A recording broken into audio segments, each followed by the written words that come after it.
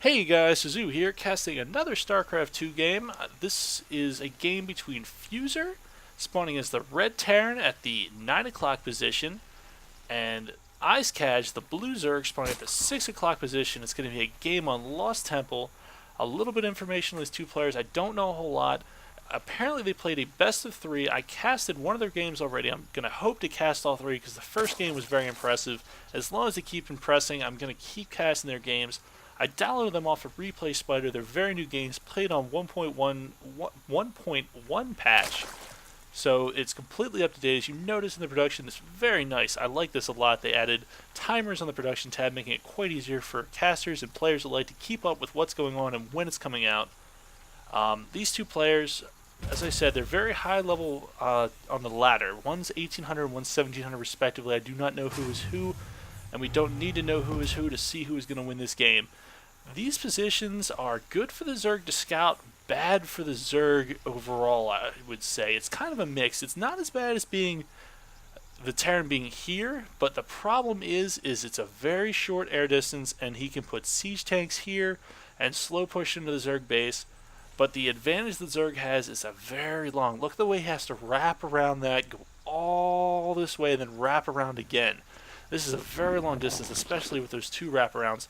And our Zerg player looks like he's going gas before pull, probably going to get a very fast ling speed onto the field. And our Terran player, again, he's not even putting the barracks at the front door. This is very new Terran play. I like it a lot. It's very ballsy. He doesn't even decide to throw up that wall against the possible Zergling push. I guess he feels fairly confident it's not going to be some kind of six pull out of this high-level Zerg player, but believe me, I've seen one of the best Zergs I've ever seen throw down a six pull, and here we go. Fuzer throwing down bunker and barracks at the front of Eizcaj's base. This is just cruel. He's going to keep his Zerg player completely boxed in, able to produce units at his front door. And our Zerg player not fooled in the least, throwing down that Baneling's Nest immediately, and it looks like throwing down and not getting a single Zergling. He knows that he doesn't need to defend anything. This bunker's not going to hurt him. This bunker's just going to stop him from moving out. So he's going to macro hard, building drones with his larva. Yeah, look at that. More drones. Really, really wise decision. And this Marine that was going to get in that bunker looks like it's going to take a pit stop, try and eliminate this Overlord. We'll keep that Overlord's life up as we look at their bases. Double gas, so double gas, we're going to probably see some kind of air, some kind of siege, some kind of Thor, some kind of Banshee, something with a lot of gas involved in it. You won't see a Terran thrown on gas that early for a bio ball. And here we go, one Marine being produced there. It looks like that Overlord got away with his life. Very lucky Overlord. And this Marine delayed its ability to get over there. Very quick layer going down by the Zerg player. Zerg player knows he needs to tech up, and look at that nice, very nice drone saturation for this early without the expansion. 17 workers to 17 workers, so not really taking any strong advantage. Throwing on a second gas to go with this tech route he's going, and it looks like SCV poking in. Didn't really get too much information, but here we go. We got 6 Banelings on the roll, and we got gas going. Looks like and here comes SCV, and SCV's going to know and sees the Banelings, knows this is coming. The Sealer's response to this is jumping back, factory producing. Oh, and look at this. He takes the Marines out of the factory, out of the barracks and runs away, out of the bunker even. That was a great decision. Look at that, saving 100 minerals right there, not throwing away units because he doesn't have to. Zerglings and Baneling running out of the base, not really sure where they're going. There they are, deciding to go upfield now. And this SCV and 2 Marines, not really sure what they're doing. Looks like they're going to go have an SCV Marine party somewhere. Hellion being produced, Marine and Starport. So it looks like we're going to see some kind of dropship play.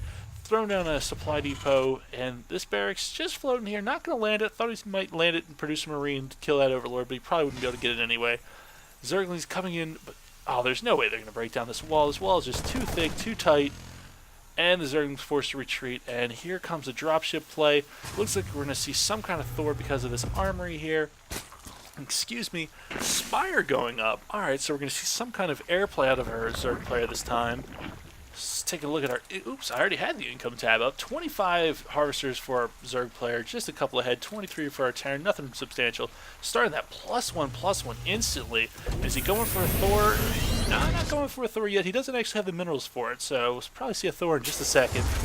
Delaying the Thor a little bit, opting to go for the +1/+1. Very interesting decision. Here comes the Thor. Dropship's going to be ahead of the Thor.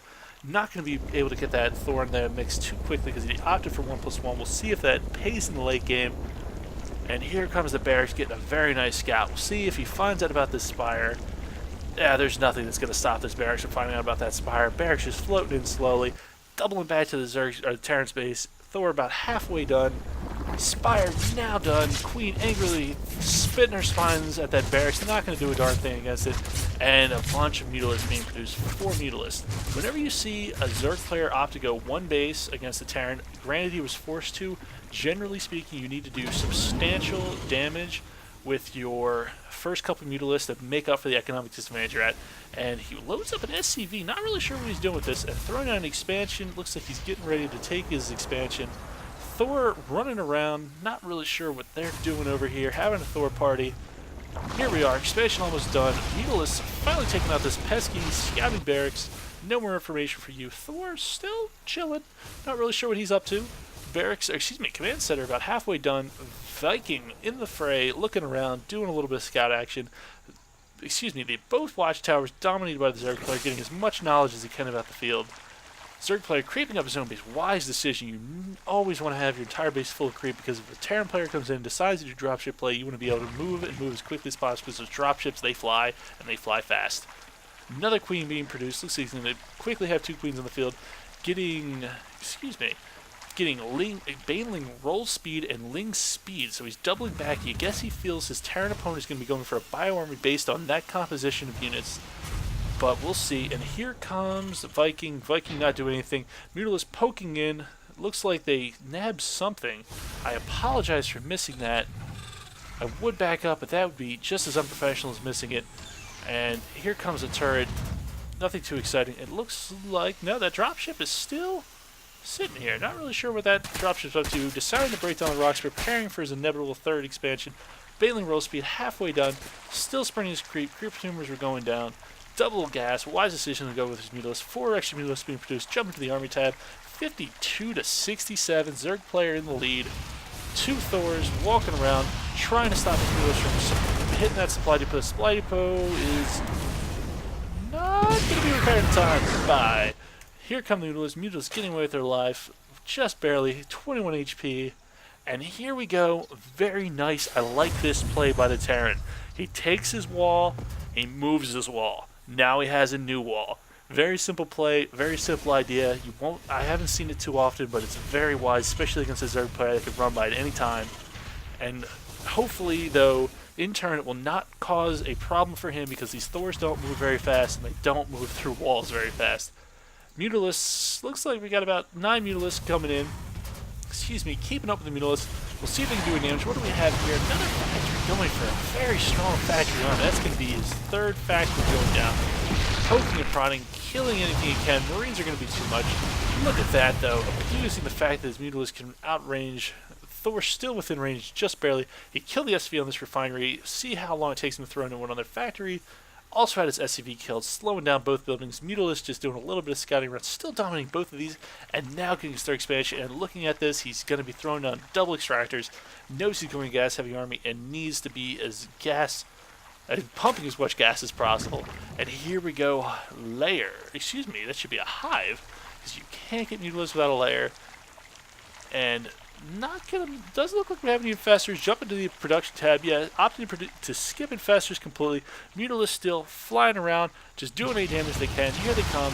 Let's see if they can snipe another supply depot, possibly. Terran, slow Thors, just not going to make it. Another supply depot goes down. These island supply depots turning out to be a bad thing. He's able to get the advantage of knowing that something's happening, but he's not getting the advantage of actually being able to stop anything from happening. These Mutalisks just running around, being as annoying as possible. Look at these Thors just slowly wobbling their way around this map, not really able to have any real presence. Reactor and attack labs. So we're going to have another Hellion Thor kind of mixed army. Lifts up his starport, opening up his wall, and a mostly Zergling Mutalisk army for our Zerg player, but he is now mining from gold. This is going to start compounding his lead even further, jumping to the army tab. 80 to 97. Our Zerg player getting ahead even more now, up by 17, 18 supply. Hive is just about done. We'll see where he goes from here. Throwing up a 4th hatchery in his base at his expansion. Very wise decision. He's going to have a hard time keeping up with the minerals he's gaining from these gold without the number of larvae to support that many low-tier units, because that's where you're going to be spending the bulk of your minerals. Is just kind of relaxing up here, and here it looks like 3 SCVs. He wanted to take that island, was there in the perfect position, just being AFK and perfectly poised to stop that. Triple Hellion looks like he does not want to deal with this giant bowl of Zerglings that are going down. He wants those melted as quickly as possible.